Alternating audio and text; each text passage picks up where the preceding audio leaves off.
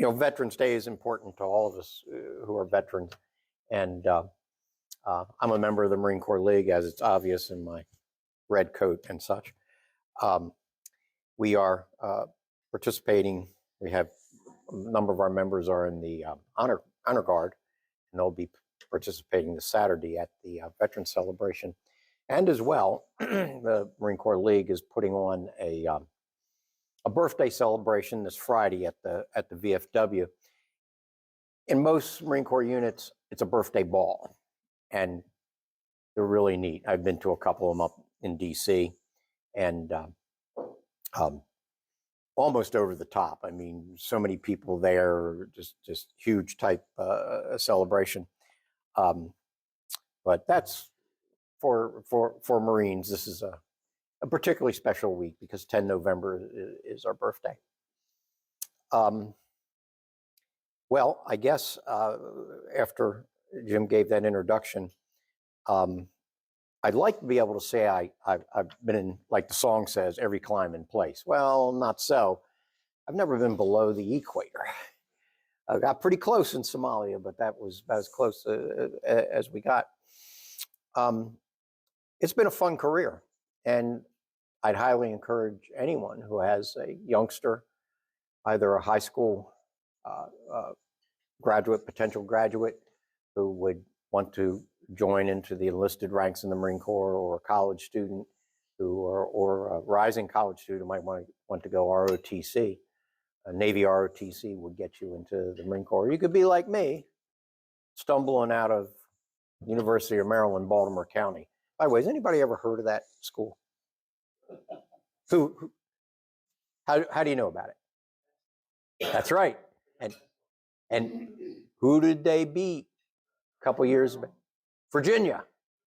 Came out of nowhere and in the Final Four, and there's this team, I don't know, it was 5 years ago or such. This team came out of nowhere with 4-letter name, and by who the heck are they? And it was in the first go round. They lost. They got crushed after that. But that's about the only notoriety of that school. But I took my degree, and I went to the officer selection office, and they say, yeah, okay. And went through the battery of medical tests and all that, and so when can I go? And they said, when do you want to go? I said, let's go now. And I said, well, 3 months. And then 3 months in 1974, I was in boot camp, and off I went.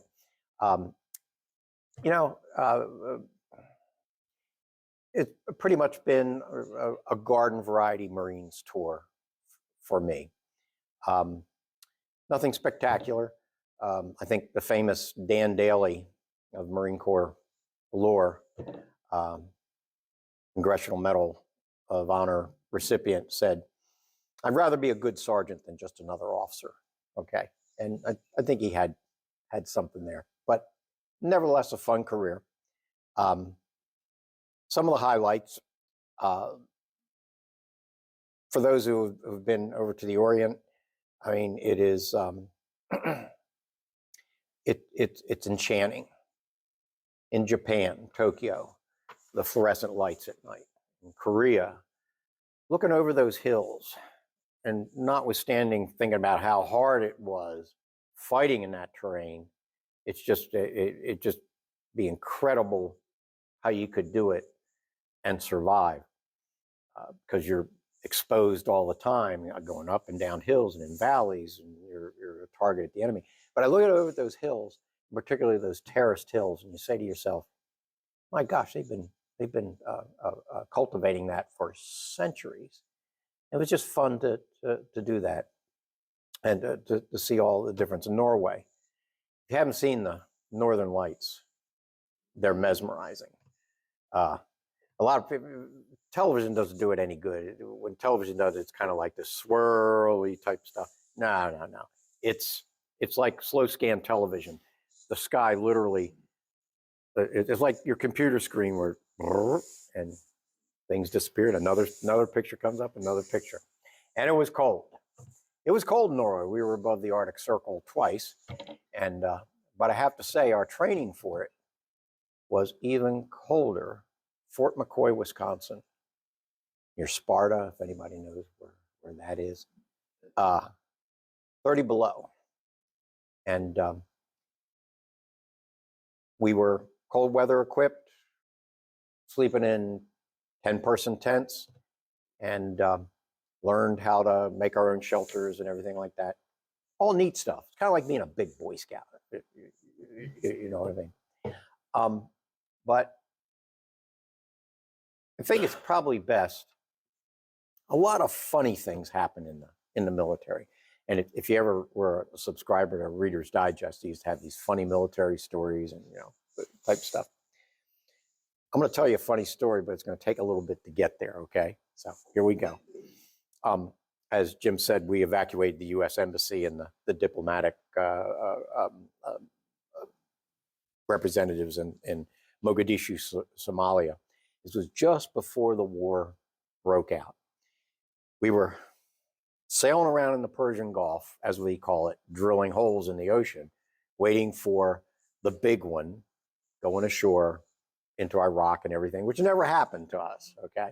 We were just out there kind of looking mean, and Saddam was building up his forces along the coast, thinking he was going to have an amphibious invasion, but Schwarzkopf got around the back end and took care of him that way. So we never went ashore on that, but let's say it was early January, it was after New Year's Eve, and Jim sort of alluded to, I'm a communication officer. I do small unit radios to big box communication terminals. And my time at Headquarters Marine Corps, I was a communication watch officer. And you hear about these things, the government and the military, cables. What's a cable? What's a message? And the military has for years had a huge worldwide system that it's kind of like a big Western Union. You get all the cables and everything. Well, anyway, I was this senior communicator, Marine communicator on board ship, and I was handling seeing all the message traffic. It was all coming through me. And something was happening in Mogadishu. And intelligence reports, yeah. It's getting worse. It's getting worse. It's getting really bad. And the ambassador is saying, send in the airborne, because there was a revolution going on there. And this is before the Somalia, where everybody deployed in. It was the Restore Hope or something, and feed the locals and take care of everything, and Black Hawk Down. This is 1991, prior to the Gulf War. Well, we had just happened to sail outside the Persian Gulf, and we were drilling holes in the Indian Ocean. JCS message: load up, go into Somalia, evacuate the embassy. Neat thing about Marines is, while a lot of the services you get trained in specific things, you become an expert in whatever, we try to still maintain the generalist type stuff. And I think any other service, in deference to the other guys that maybe weren't in the Marine Corps, it would be like, oh, we have to get this particular command or these special guys or whatever. Well, we had the capabilities within ourselves. We had one of the officers had gone to a special ops school, and you bring your manuals with you to war, because you never know when you're going to need it. It's easy on a ship because you got somewhere to put it, but he broke out the manual. We made the plan and everything, and we sent the plan up. Eventually got to JCS. JCS came back down, and this happened within, probably 16 hours or something. And before we know it, the helicopters were rolling and turning on the deck of the ship. Our ship, the USS Guam, was a LPH helicopter landing platform, I think is the best way to call it, amphibious ship. And 60-man team. We loaded up onto CH-53 Sea Stallion helicopters. That's the Marine Corps variant of the Jolly Green, the Air Force Jolly Green, and launched. But we were 460 nautical miles away from Mogadishu. CH-53 doesn't have that range, but with aerial refueling, it does. So we're all on board the ship, on board the helicopter, and this ain't a funny story. This is kind of a scary story. It's kind of funny, but it's scary too. We're rolling along, and whoop, whoop, whoop, whoop, and I could see out the porthole. here's this Marine KC-130 tanker pulling up. Okay, yeah, and they've got a fuel product, and they hook up, and I'm sitting there. There's a enlisted machine gunner on one side. There's a really salty gunnery sergeant sitting across from me, and all of a sudden, there's a fuel leak, and up above, a valve gave way or something like that, and we're getting sprayed with aviation fuel. We're in a helicopter over the Indian Ocean and getting sprayed with all this potential explosive stuff. And the crew chief goes dashing out, and he's got a wrench in hand. He's trying, and it stopped. Well, the poor old machine gunner, he really got soaked. I mean, his camis were just dripping with fuel. And this gunny throws a water can over at me. Hose him down. And so I'm dumping it on him, and he's screaming because it's cold and everything, but at least, took care of him. So we go on. That was about the first 200 nautical miles. We go on another ways, refueling number 2. And you can bet every flashlight was up there looking at that, and the crew chief was looking at that. Everything's good. Okay, so that's kind of funny story number 1, but it was scary. Anyway, so it's we launched at night, so it's starting to be sunlight. We're going across the shoreline, and pilots want to keep down because you just don't know what the bad guys might have. This is a revolution that was going on, and a bunch of sides fighting for ownership of the city. And anyway, we're flying along, and we just keep going around in circles, real low over these ramshackle houses or huts, and you can see people looking up at you and everything. You can see their eyes, that kind of stuff. I mean, we're zipping along. Finally, they find the embassy. And that was a problem, I guess, because the maps they had were either not that accurate, or it was just a hard thing to find. So we sat down on the golf course. Embassy's got to have a golf course because it's a diplomatic community. Golf course. I don't know if a helicopter's ever set down on here, but when it did, all this dust goes up and everything, and we formed a 360 circle around the helicopter. The only problem was I was on the wrong side of the circle. I was on the outside because it was so dusty. I didn't know where I was. I'm looking around. Oh, I should be over there, and I'd leap over the berm and get on the right side so we can defend the helicopter. And we could hear some shooting going on and things happening. And I'm looking around, being the communicator. I got to find a place to communicate that's not obstructed by trees or whatever. We had a satellite radio, and over there by the front of the embassy, the main gate was offset a little bit, and so we rush over there and set up, and we're trying to communicate, and it's just not working. And there's all this commotion going on outside a gate. There was a big stone wall, and then there was a gate. And, pow, pow, pow, and all this going on. And this one guy comes running up and says, "You won't believe what I just saw." I said, "Well, what'd you see?" He says, 2 guys came out of a building. They each had computer equipment in their hands. One had the CPU, the other had the computer screen. It was still connected, and they ran in opposite directions. Boink! And he says, "I thought I was watching a Warner Brothers cartoon." It was that kind of thing. And, anyway, so this wasn't working. So we went into the chancellery and got up on the roof of the chancellery. I'm going to have an unobstructed view there. And so we get up there, and oh yeah, good protection here. Nobody's, snipers or anything. We got this aluminum duct for the air conditioning system. That's going to provide a lot of protection. Okay, so we commenced setting up, and we did make contact with the ship, and the plan was come nightfall they were going to get as close as they could to the shore, because they were moving like a bat out of hell towards Somalia, and They're going to launch CH-46s, a little bit shorter range helicopter, but could be used to evacuate the embassy and the embassy personnel. I want to say the real heroes that occurred in this this operation. It was called Operation Eastern Exit, and you can look it up on the web, and there's some resources there that talk about it. There's a formal after action report. The real heroes was an organization that not too many people know about.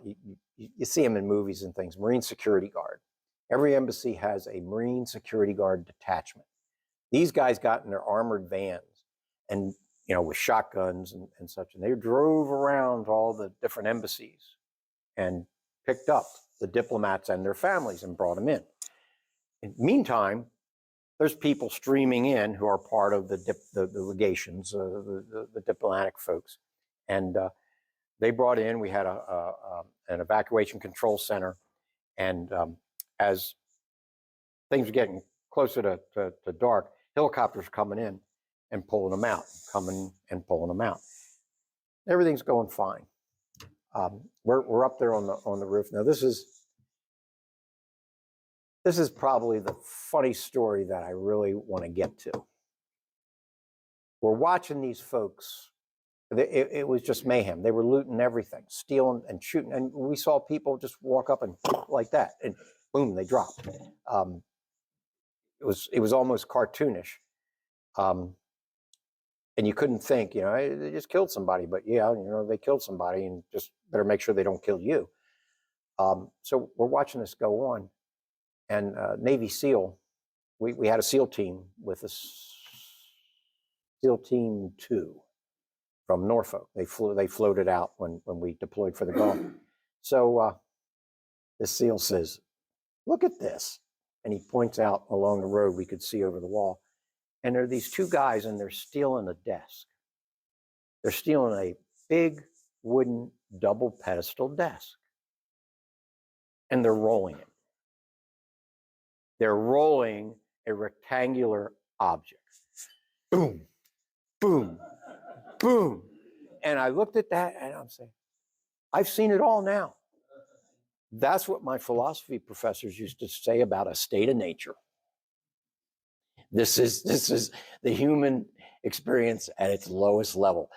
If they only had the basic invention called the wheel. And they didn't, but that went on. But anyway, as things went, nightfall, things get a little confusing. The ambassador had been trying to talk off some of the rebels, paying them off through the gates and everything. Well, this one Somali major comes up and says, "I have anti-aircraft missiles that are going to shoot down your helicopters." Of course, the ambassador says, "What do you want?" And gave him a wad of money, not enough. Gave him the keys to his car. That was all it took. He could be bought. So he went away, but they're still gathering. And I think if you remember on that Restore Hope, and I probably got the name wrong, operation that occurred, the Somalis had a particular form of narcotics that they used to chew. It's called cat. Does that sound familiar? Because they were talking about they start chewing that cat and they get crazy, and they're shooting everywhere. And we had rounds going over our heads.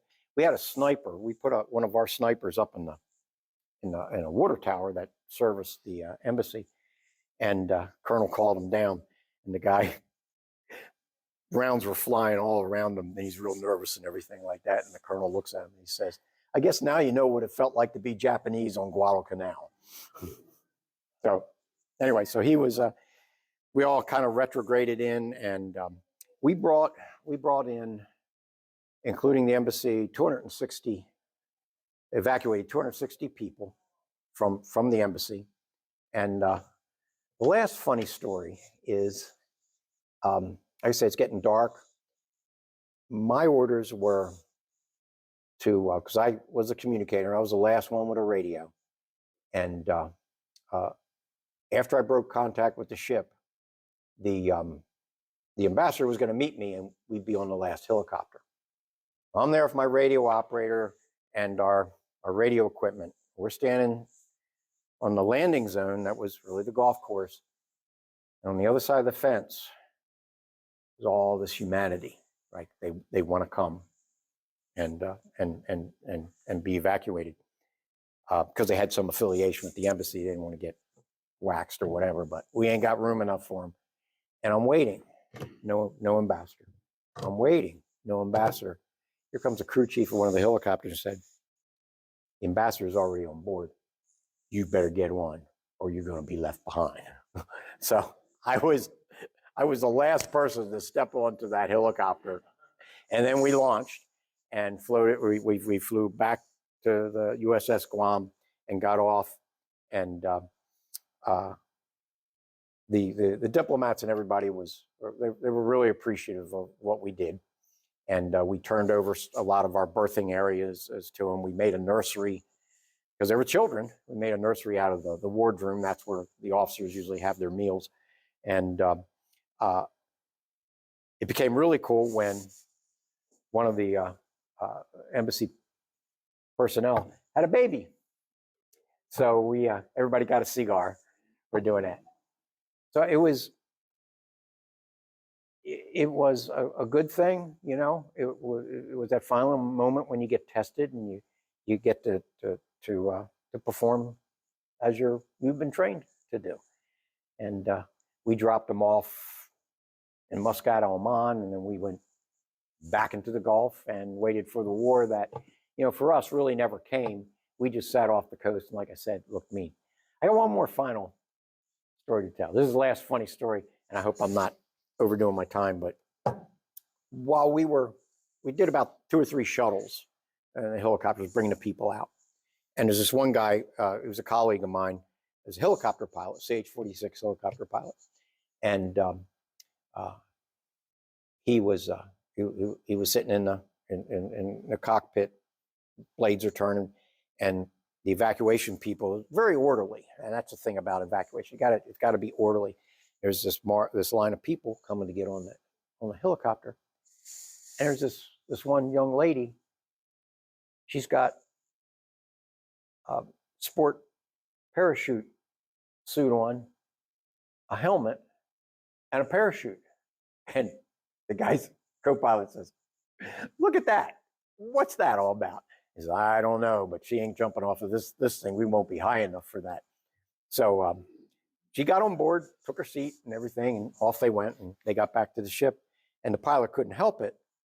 He went up to her and he says, "What were you thinking? You can't jump from a helicopter. It's only like 30 feet above the surface." He says, "Well, I know it looks unusual, see, but I lived out in town. I worked for the embassy, and I'm a sport jumper.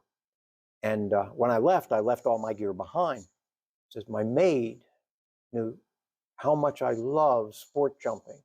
So she brought the equipment to the embassy and gave it to her. And what a better way to go? Just put it on. You don't have to carry it." Funny things happen in war. And unfortunately, they occur when the worst things are happening. But that's my reminiscence, and you know, for what it's worth. And now I'm in Florence. And